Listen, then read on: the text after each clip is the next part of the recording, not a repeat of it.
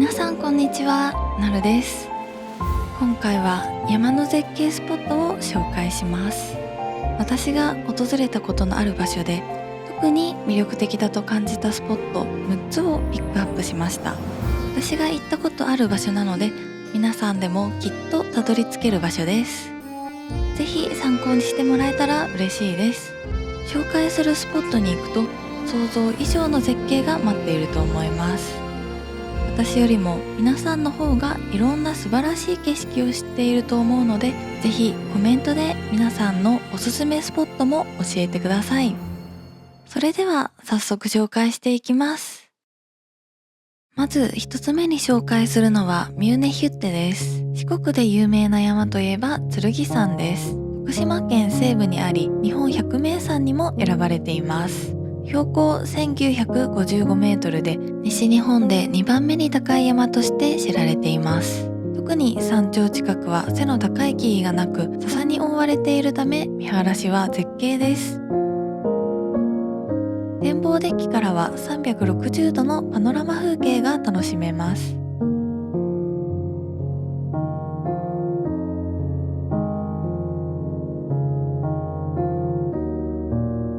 南側には壮大な稜線が広がり、その先には四国で最も美しいと称される三畝が連なっています。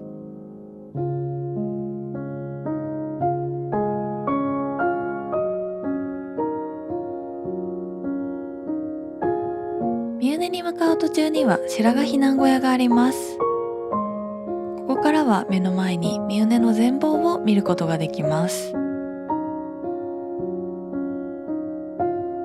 また山深く周りに明かりがないため星空の撮影にぴったりの場所です。今回の絶景スポットは三畝山頂近くに位置する無人の山小屋ミューネヒュッテです。周囲は開けており笹が広がっています。この広がる笹、近くの池、そしてミューネヒュッテが合わさって他にはない絶景を形成しています。池の東の下は断崖となっており、そのため池とその周囲の地形がまるで宙に浮かんでいるような幻想的な景色が広がっています。2つ目に紹介するのは北岳肩の小屋から見るご来光、雲海、富士山の三重奏。皆さんご存知の通り、北岳は南アルプスの名手にして標高日本第2位の名山です。北岳には北岳バットレスと名付けられた大岩壁が東側に広がっています。山頂から見下ろすと約600メートルの標高差を持つこの岩壁は南アルプスを象徴する壮観な景色です。3026メートルのノートリ岳、3190メートルの愛の岳、3193メートルの北岳を総称して白根三山と呼び、それらをつなぐ稜線は日本一高い重走路となります。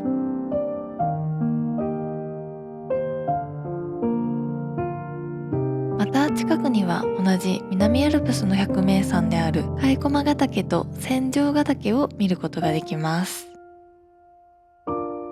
そして日本第1位の富士山が近いことも特徴の一つになっています。今回の撮影スポットはこの北岳の山頂近くにある北岳肩の小屋です。富士山に近いという地理的特徴から生まれる北岳のご来光は一段と特別なものとなります。ここでは雲海と富士山が同時に見られる可能性があり、その壮観さは他の山々とは一線を画す美しさが広がっています。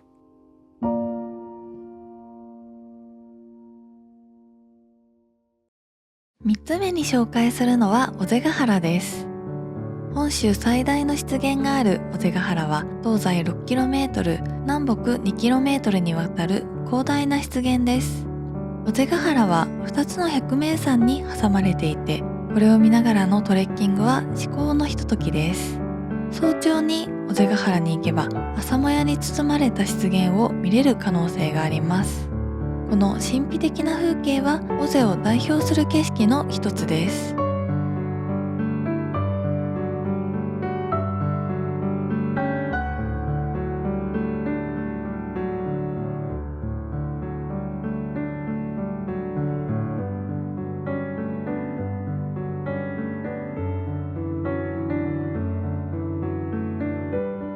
瀬ヶ原には山小屋がたくさんあります。見晴らしと呼ばれる尾瀬ヶ原の東側の拠点にも山小屋などがあり、一つの村のような雰囲気があります。見晴らしから少し進むと、林の中にポツンと佇む竜宮小屋が現れます。この場所は川が流れていて、それに沿って木が立ち並んでいます。尾瀬ヶ原の中でも一風変わった神秘的な場所になっています。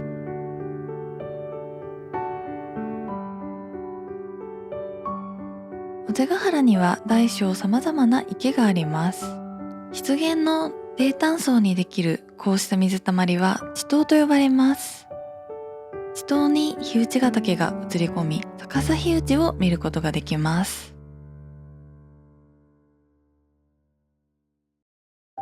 4つ目に紹介するのは円山荘から見た燕岳です。燕岳は北アルプスの常年山脈に位置するとても人気がある山です。表銀座縦走の出発点としても有名で、槍ヶ岳や常念岳を目指す登山者でいつも賑わっています。燕岳は花崗岩の美しい山容から北アルプスの女王と呼ばれるほどです。特徴的なイルカ岩やメガネ岩など他では見られないような奇岩が数多く存在しています。そして燕岳の稜線上にある山小屋である円山荘も登山者にとても人気があります。ヨーロッパ風の外観と山小屋とは思えないほど綺麗な施設が人気の秘密です。今回の絶景スポットはこの円山荘から見た燕岳です。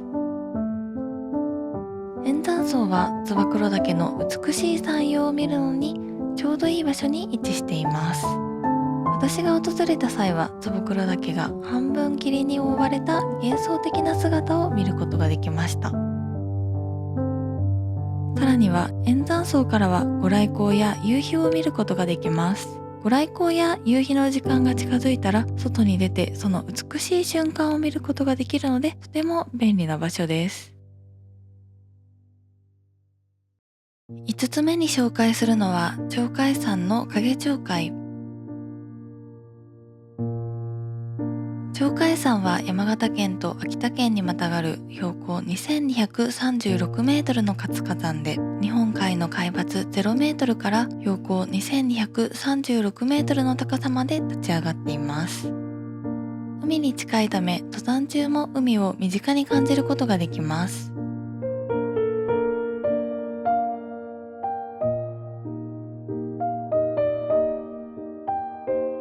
ルート途中には鳥海山の噴火によって形成された鳥海湖が存在します。こ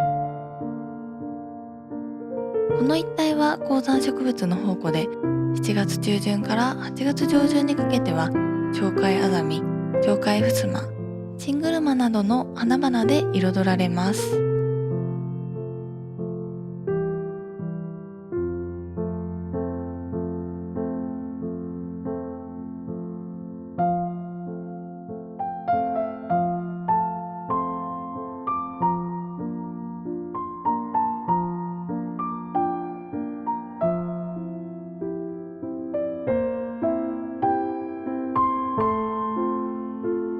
山頂付近は独特の地形を持ち、外輪山を周回するルートもあります。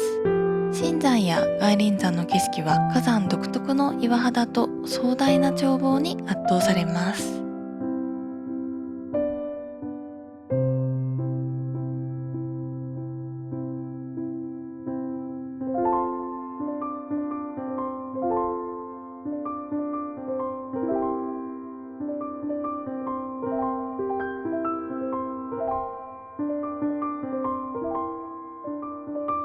今回の絶景スポットもこの辺りの場所からの景色です。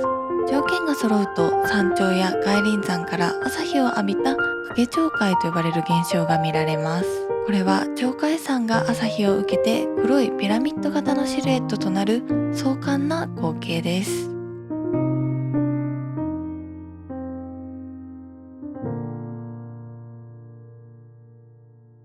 最後に紹介するのは東御の頭から見る浅間山。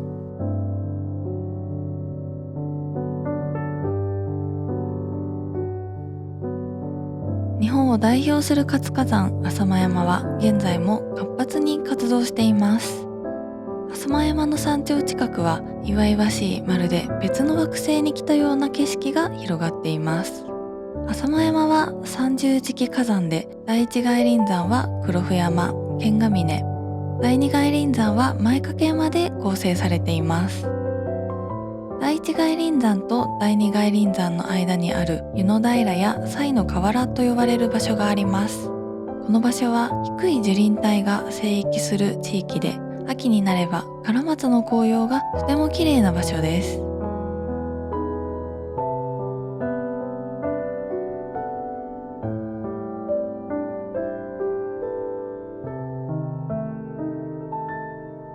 今回の絶景スポットは第一外輪山の黒布山の手前にある東御の頭です。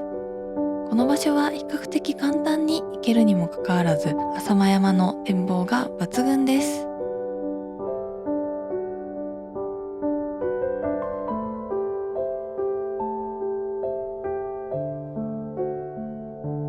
冬の積雪の時期には浅間山に雪がかかり、ガトーショコラのような姿になります。